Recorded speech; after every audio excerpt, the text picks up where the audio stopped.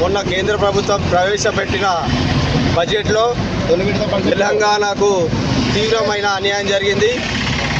కనీసం కొద్ది రూపాయలు కూడా మన రాష్ట్ర ముఖ్యమంత్రి గారు రేవంత్ రెడ్డి గారు ఎన్నో విజ్ఞప్తులు చేసినా, ఎందరో కేంద్ర మంత్రులను కలిసినా, ఎందరో అధికారులను కలిసినా కానీ మన రాష్ట్రానికి రావాల్సిన నిధులను కూడా కేటాయించకుండా ముందస్తుగా కేటాయించడం మేము మా కమ్మర్పల్లి కాంగ్రెస్ పార్టీ తరఫున తీవ్రంగా ఖండిస్తున్నాం.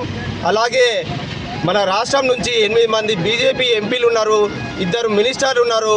కానీ మన తెలంగాణ రాష్ట్రానికి ఒక్క రూపాయి కూడా తీసుకురాగలేకపోవడం నిజంగా సిగ్గుచేటు.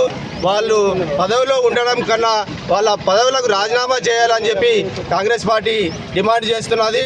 ఇప్పటికైనా కేంద్ర ప్రభుత్వం స్పందించి తెలంగాణకు రావాల్సిన నిధులను ఎట్టి పరిస్థితులలో విడుదల చేసేదాకా మా కాంగ్రెస్ పార్టీ తరఫున పోరాటం చేస్తూనే ఉంటాం.